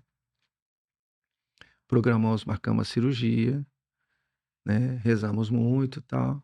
E aí na sala pré-centro cirúrgico, né? Que é a sala de repouso e tal, a gente conversando, brincando, né? Conversando muito e tal. Não, vai ser tranquilo, isso aqui, pá, tal. E minha mãe vai para acompanhar dela para a sala de cirurgia. E chega lá na sala de cirurgia e fala assim, ó, você fica ali no cantinho, nós vamos operar, você fica no canto. Eu fiquei no canto. Aí tinha uma cruz que eu coloquei dentro da cueca, que não podia levar para o centro cirúrgico, porque dentro da cueca uma cruz, essa é uma cruz exorcizada, e eu levei, fazendo minhas orações e tal, papá. E aí minha mãe deitada, né, recebeu a questão da anestesia, e eu tô vendo a escopia, né, que é o eletro, tá. Rafa, eu tô olhando aquilo lá, de repente a minha mãe começa um ritmo, eu tô falando assim, não, esse ritmo, minha mãe parou. Esse ritmo é um ritmo, que era um ritmo, uma dissociação atrioventricular, que é um tipo de parada, mas só que ele continua tendo a Uhum. condução, mas só que dissocia o que é átrio e o que é do ventrículo. Uhum. Então, não tem ritmo, mas parece que tem um ritmo, né? E eu olhei aquilo lá e falei assim, minha mãe parou. Eu gelei da cabeça aos pés. Eu estava no canto, assim, minha mãe morreu. E aí eu segurei a cruz e a única oração, eu tentava rezar Ave Maria, eu não conseguia rezar.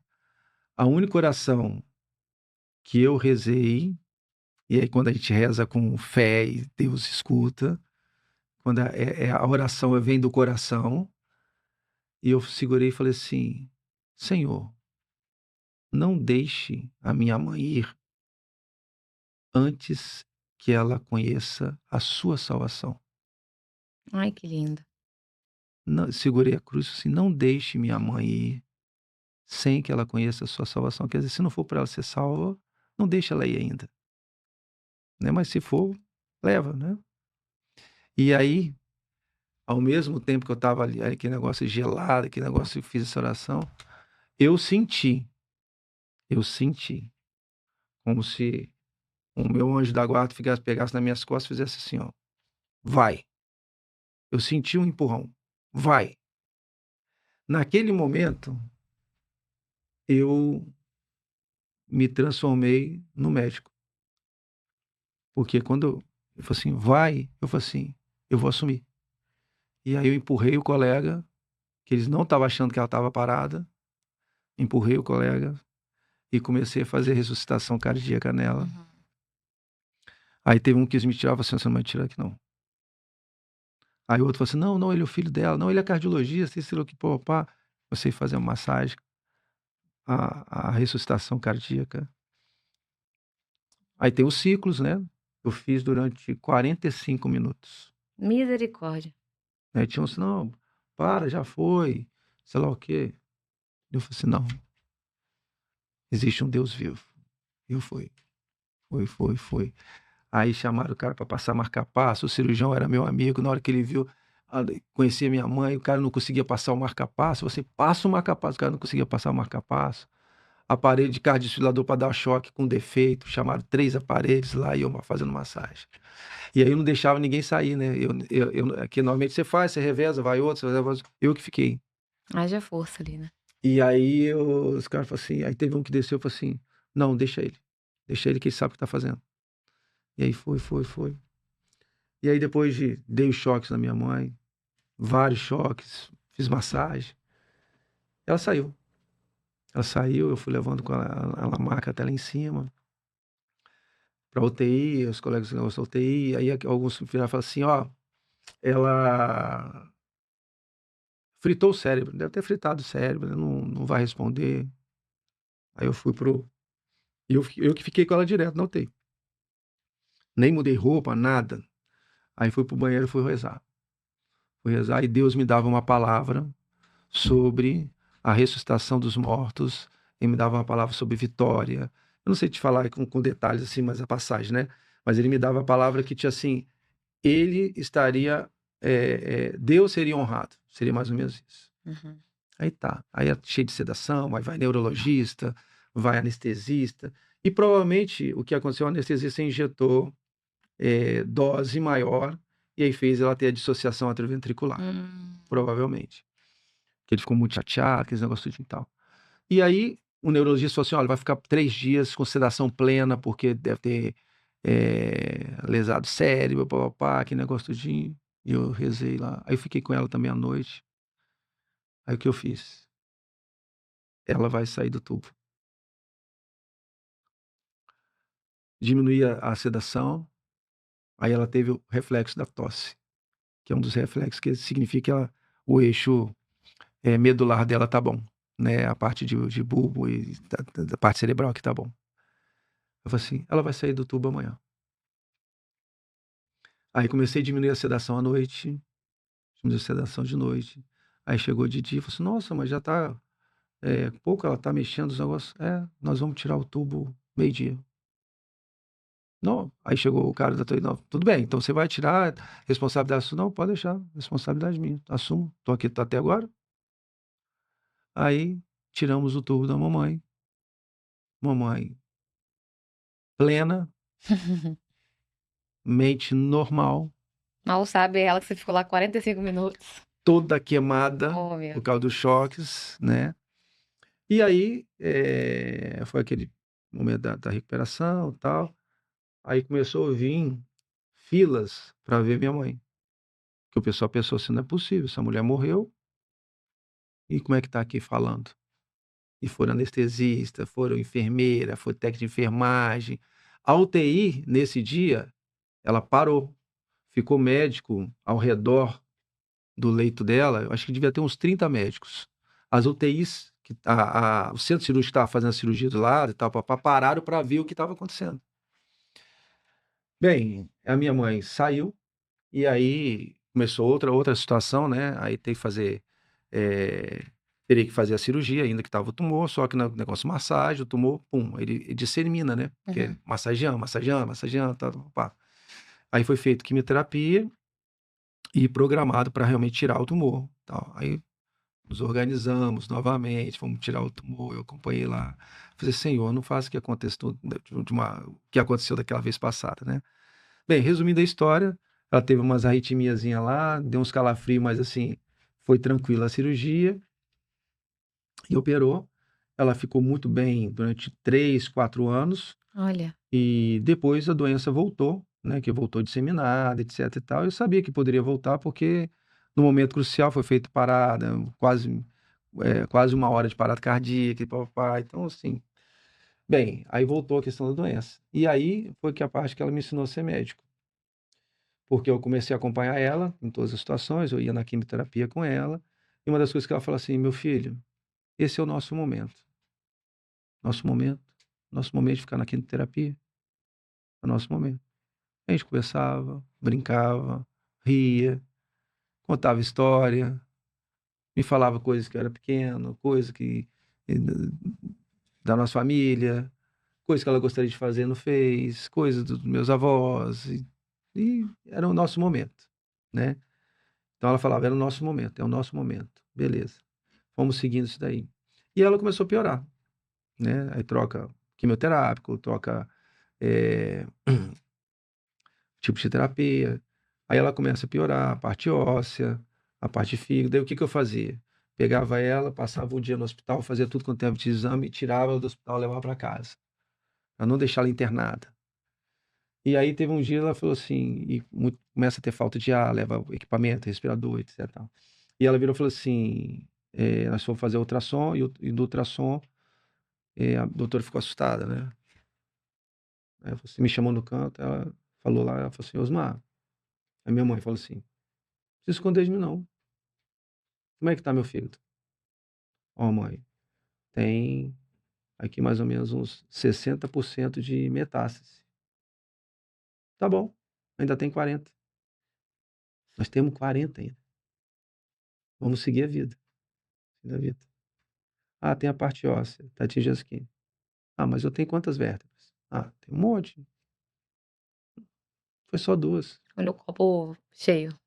Vamos seguir a vida". Tá. E aí foi. E aí até o momento que ela realmente ela ficou mais acamada, ela não conseguia mais respirar sem o aparelho, aí tinha que colocar o Uhum. oxigênio em casa, chama um negócio, eu sempre estando lá com ela. E a gente sempre foi muito amigos entre si, né. E eu cheguei e falei com ela assim: "Mãe, olha só, a situação da senhora está dessa forma. Se levar a senhora para o hospital e a senhora em falta de ar, eles vão entubar a senhora. Eu sei disso. Trabalho na UTI, a senhora não vai voltar. Na hora que entubar, a senhora não vai voltar. Tá explicado, mas não chegou ainda não, né, então vamos seguir a vida, Oh, meu Deus. vamos seguir a vida". Então continuava as visitas aos hospitais, pá-pá-pá, e eu sempre com ela, né. E aí minha mãe sempre foi muito bonita, era uma mulher muito bonita, sempre a gente saía na rua, eu ficava pé da vida, que o pessoal achava que eu era namorado dela. Uhum. E aí ela ficou cheia, o rostinho feio por causa do corticóide, tal, Hum. pá-pá-pá.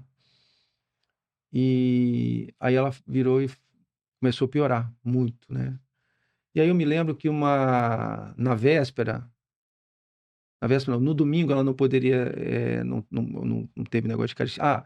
Chamei os padres para ir para lá, para confessá-la. Foram 7 padres, 7 padres. 7 é bíblico, hein. É, 7 padres. E todos os padres falaram assim: "Olha, sua mãe fez uma boa confissão, sua mãe está preparada". Minha mãe não era muito de igreja, né. "Sua mãe está preparada, pode ficar tranquila". Eu ficava assim: "Como é que eles vão falar que minha mãe está preparada?". Isso não entrava muito na minha cabeça, mas, era o padre, né, então: "Sua mãe está preparada", beleza. E aí, no domingo ela não recebeu a eucaristia, que a mulher que levava a eucaristia para ela não levou a eucaristia, e aí na segunda-feira ela falou assim: "Nossa, eu não recebi a eucaristia e tal". Eu falei assim: "Não mãe, eu vou ligar para fulano tal para levar a eucaristia". Aí foi a ministra de eucaristia, levou a eucaristia para ela. Quando ela recebeu a eucaristia, isso na segunda-feira, de manhã, foi a única alimentação que ela teve. E aí ela começou a piorar, piorar, piorar, piorar, piorar, muita falta de ar e tal, pá-pá-pá. Aí me chamaram, quando eu cheguei lá, naquele desespero todo, ela muita falta de ar, no leito, né, eu peguei e liguei pra remoção, liguei pra Unimed, para poder remover ela e tal, pá-pá-pá. E aí chegaram lá rapidinho e tal, chegaram: "Não, tudo bem e tal, vamos preparar tal, vamos preparar já a maca, isso aqui, pá-pá-pá", começando a preparar. Aí eu fui lá com a minha mãe. Falei assim: "Mãe, tá acontecendo o que a gente falou. Só tá com muita falta de ar". Aí ela falou assim: "Meu filho, vai mudar?" Eu falei assim: "Não, mãe, não vai mudar". Falei para a senhora: "Não vai mudar, mas pelo menos vai dar um conforto". "Meu filho, não vai mudar?" "Não vai mudar". Aí foi a parte mais dolorosa. Ela falou assim: "Manda eles embora e fica comigo". Aquilo lá,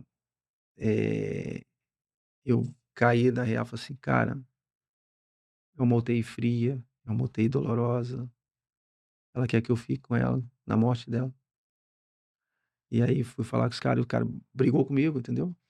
"Não, que você chamou os negócios, tá vendo que tá precisando e tal, papai, que negócio e tal, tem que tu bom, pô". Falei: "Meu amigo, eu assumo a responsabilidade, assina aqui".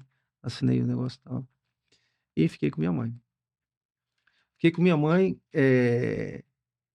praticamente o dia todo até 11 horas da noite,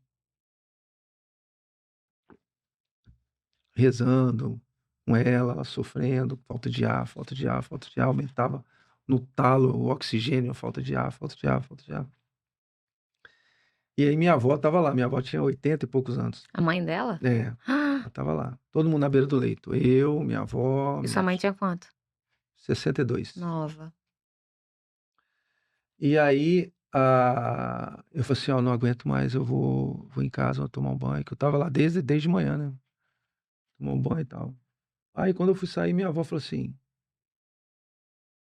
"Você não é médico não?" Eu falei assim: "O quê, vó?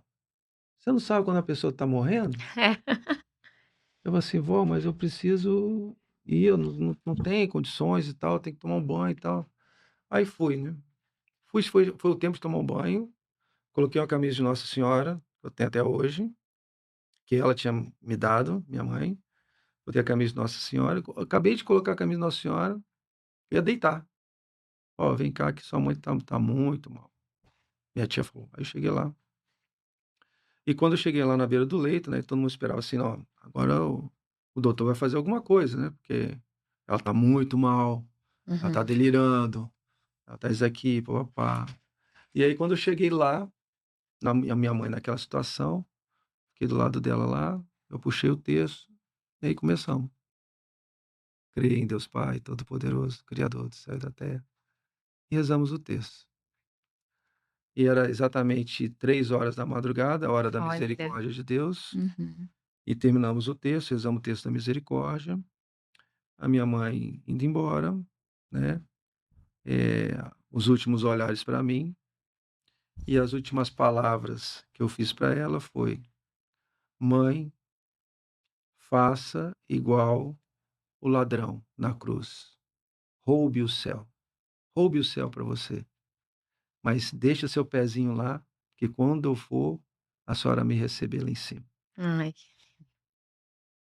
Foi isso que eu falei para ela. Desliguei os aparelhos, fechei os olhos dela e minha mãe foi. Então, a minha mãe me ensinou a ser médico. A minha mãe me ensinou a ser médico. A minha mãe me ensinou a dar palavras de força. A minha mãe me ensinou eu ser um médico de vocação. A minha mãe me ensinou a ter paciência. A minha mãe me ensinou eu saber quem é maior do que eu, que é Deus, que eu não sou ninguém.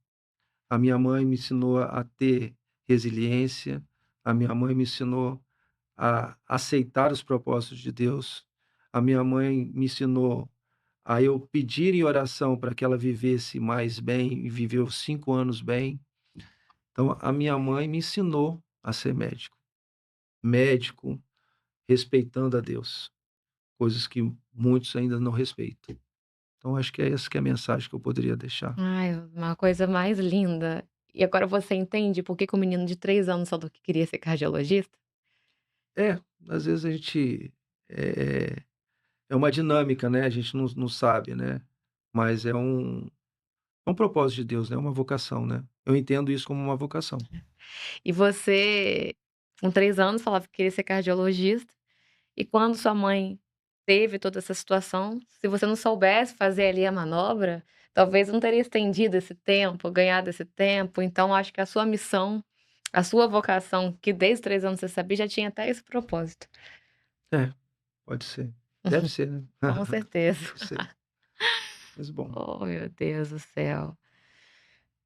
Tem nem o que falar, né, porque muitos milagres, muita emoção, e apesar de toda a dor, você soube usar isso como a empatia com seus pacientes, né, humanizando, porque você viveu essa dor, você sabe o quanto que, enfim, é ter isso na vida, paciente ali, um familiar nosso ali em UTI, eu também já passei por isso, sei o quanto que é duro quando fala: "Você não pode entrar, o horário é isso". Então parabéns aí por essa vocação, que além, né, da vocação médica, também é do ensinar, que você também dá aula na EMESCAN, né, tem a Sim. clínica, a CIP, mas também dá aula na EMESCAN, então realmente é uma vocação, né, É. porque E que eu peço aí para você e também para todos que, se Deus permitir, vão assistir o Empodera, né, e é uma oportunidade, que não deixem de rezar por mim, né, peço a oração, humildemente a oração, para que a gente mantenha a nossa vocação, nosso discernimento, né, e também não deixe de rezar para os doentes, né, porque esse nas minhas orações eu sempre rezo pelos enfermos. Então, a gente rezar para os doentes. "Ah, eu não sei quem é, tal", mas reze para os doentes. Eles eles estão numa situação que eles precisam muito mais do que nós. É isso amém. aí. Deus abençoe seu programa, sua vida, sua caminhada, né, que dê tudo certo para você. É isso, gente. Obrigado, Obrigada né. a você, Osmar. Que Maravilhoso. ótimo.